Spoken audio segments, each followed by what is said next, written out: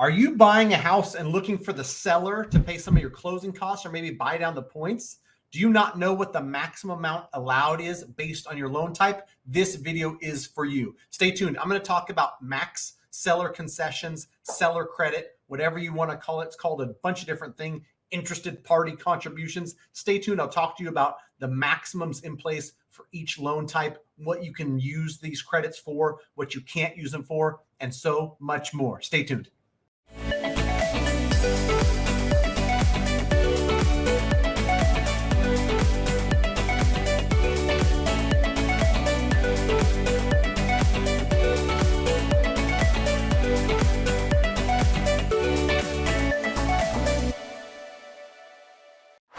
All right, Matt, the mortgage guy. In today's video, I'm going to clear up some confusion because I've talked to a ton of people. We're now in a market where seller contributions, seller concessions, seller credit, whatever you want to call it, is more common. More people are negotiating this either upfront when they submit their offer or during the escrow period.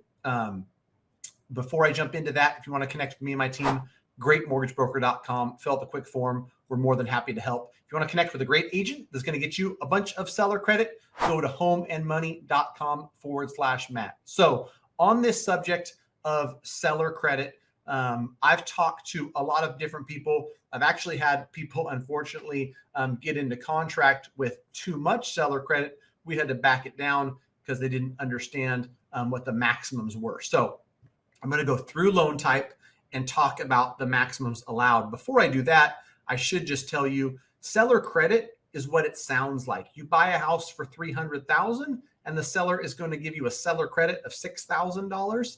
That seller credit is going to offset your cash to close, your closing costs, your costs for the interest rate and things like that.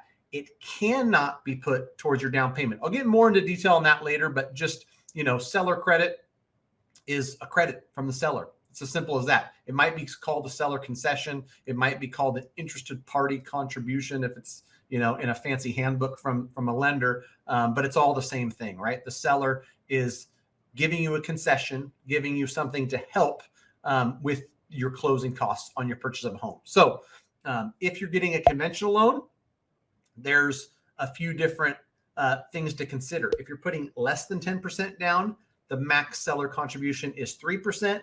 If you're putting 10 to 25% down, the max contribution is 6%. Putting 25% or more down, the max contribution is 9%. That's if it's your primary residence that you're purchasing. If you're purchasing an investment property, the max credit you can get is 2%. This is the one that bid us on a recent deal, so I want to make this crystal clear. You're going out there, you're negotiating some credits on investment property. You want to buy the rate down, or you don't want to pay closing costs, whatever the reason is that you want this credit. If you're offering $500,000 on this house, the max credit you can get from any interested parties is $10,000, 2% of that purchase price, max seller credit on an investment property. So that covers conventional loans, right? If you're buying a loan using an FHA, 6% seller contribution is the maximum allowed. If it's a VA loan, it gets a little bit tricky. Here's what the VA says about maximum seller credits. The seller may contribute up to 4% of the sales price plus reasonable and customary loan costs on VA home loans. So the total contributions will exceed 4% because it can be 4% plus that stuff. So according to the VA guidelines, the 4% rule applies to items like prepaid property taxes and homeowners insurance, discount points, payoff of the buyer's judgments and debts, payment of the VA funding fee. So if a buyer's core closing costs, appraisal, loan origination, title fees, are 2% of the purchase price, and then you've got another 4%, it might be a 6% credit, but it's 4% of the sales price plus the reasonable and customary loan costs. So get with a loan originator you like and trust to really dial in that. Greatmortgagebroker.com is how you connect with us. That's the VA rule.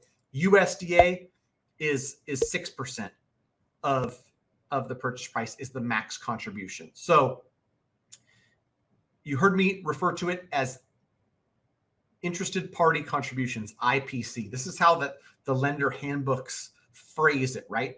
That's the seller, that's the real estate agent, that's the builder, that's an interested party. Their max contributions on these different loan types are what I laid out. Now, let's dig into what these contributions can and cannot be used towards. They can be used towards your closing costs. That means lender fees, title fees, prepaying taxes and insurance, and all the things. It can be paying a discount point, meaning you're paying to buy the rate down. I've got other videos on paying points and what that means and if it's a good idea or not. Refer to those. So points and lender costs, title fees, prepaid taxes and insurance, all that stuff can be paid with this seller credit. What cannot be paid is part of your down payment. If you're doing a 5% down loan and you've got a bunch of seller credit, that credit can pay all the things I mentioned. It cannot pay any part of that 5% down. Here's an example just to drive it home for you.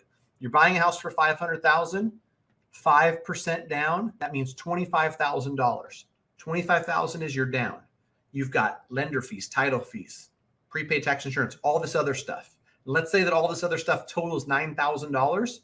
If you get a $10,000 seller credit, you've got too much credit. What happens in that scenario? It's another great question I get.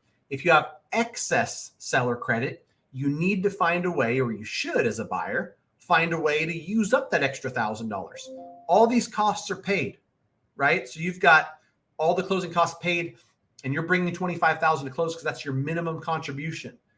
You've got an extra $1,000 in credit. You can buy the interest rate down. You can add a home warranty. There's things that you can do.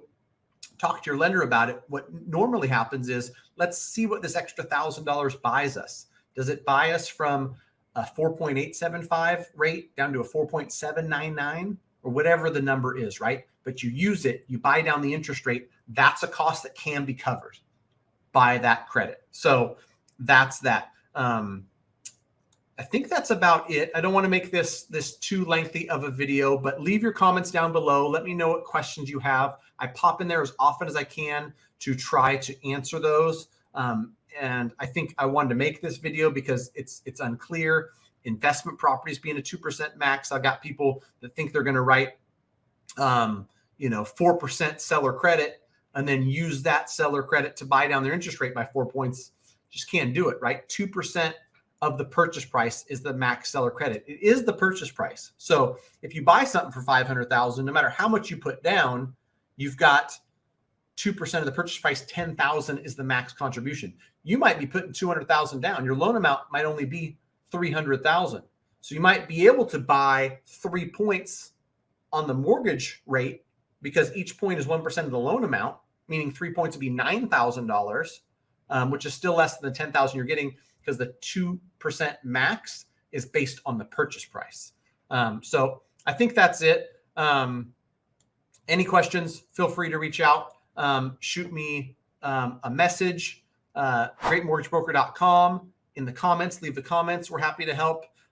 Again, if you want to connect with an agent in your area who knows all this stuff and can walk you through it, homeandmoney.com/Matt. Thanks for watching. And until next time, we gonna see.